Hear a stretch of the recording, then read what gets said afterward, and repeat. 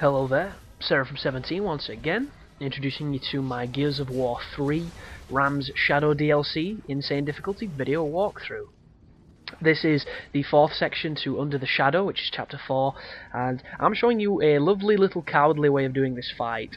The first thing I'm showing you though is my AI gets stuck in this room because I pushed forward so quickly, and taking this room on your own without any distractions is very challenging because you get rushed, you get everybody's attention on you, and the AI just will not follow me right now. So what this does in both ways is it makes the enemies rush me up this area so I can kill them from an advantageous position. It also gives them time to push forward instead of hiding in the back. And while I wait for my team, the enemies are coming to me, I'm thinning their numbers, and this is a much bigger advantage to myself because I can hide and they can't. I get a little bit of trouble here with the loader that gets in the way, but for the most this is a fantastic spot to clear up these enemies.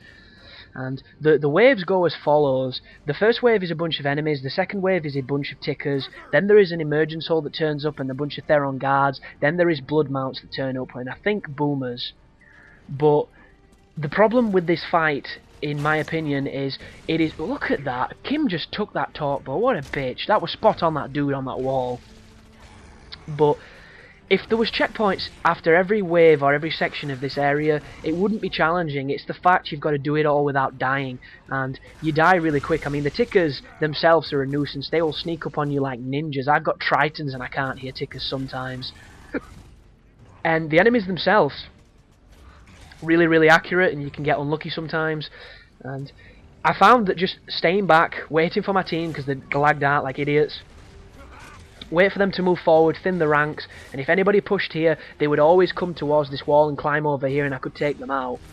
And there is an avenue to the right of me where you can go up and you're on an elevated position with concrete cover, and it's really good, but there is a way the enemies can get to you. So if you plant a grenade, you can sit up there for a while and kill a lot of people. There's also a mortar launcher, and the mortar launcher is really good for killing the blood mounts and for killing the boomers.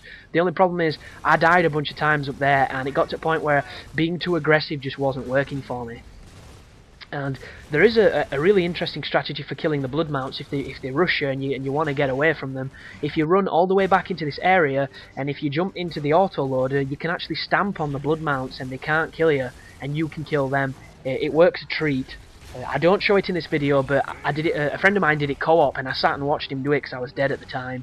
And we didn't think it'd work, but it did. It worked really well. So it's a nice little technique for you. But there's only one emergence hole that turns up on this section, and it's in the far corner where I'm looking, where that portable toilet thing is, and it's really hard to seal. I've tried sealing it with the mortar launcher. It doesn't work. It doesn't have the range. But just keep, there's the Power Rangers jumping out of the ground. Just be watchful of those. It's kind of jarring to see the traditional spawns, even though in Gears of War 1 there was no such thing as the Power Ranger jump out of the ground thing. This is the avenue that leads to that area I mentioned. This is the concrete cover. This is the mortar launcher. And there's a bunch of Therons just chilling out. And there is the boomer spawn. You heard him shout. I put the grenade there just in case anybody rushes me. There's the blood mount as well. And this is when the mortar launcher really pays dividends. So I fire it over there to try and get the mortar get the boomers that have just spawned. And then I bang it back over towards where the blood mounts are. And I know now, if anybody gets too close, or if I feel in danger, I can run back through that tunnel, back into that cowardly hiding place, and the enemies can't do a thing but try and, you know, make their way to me, and by the time they get to me, I can finish them off from a distance. So, this is by no means the most aggressive or most skillful way of tackling this arena, but it is the safest, I will say that much. And if you're on any other difficulty, you'll probably not have any issue with this fight, but on Insane, you just die so quick, and this DLC puts so many enemies against you.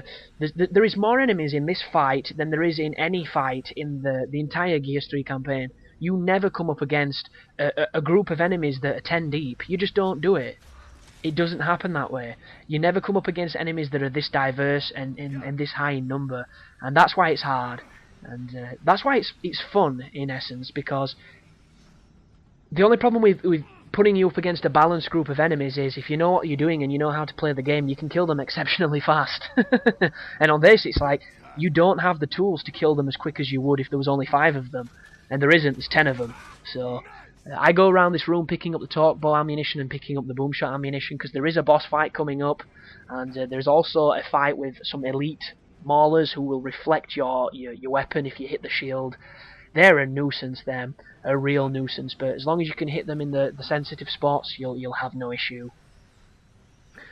But just keep pushing forward. You've got to press the button on the crane. That's going to open up the next section to get us out of the building site. And you've pretty much just done one of the tougher fights in the DLC. And all that's left to do is another tough fight, a boss fight, and then the last boss fight, which is broken up into 3 sections. And the final section is very easy, but it's dangerous. So you're going to see me fail for 5 minutes until I do it. But that's all good and well. It's just gravy, people. And thanks for watching. I hope it's helping. And you take care now.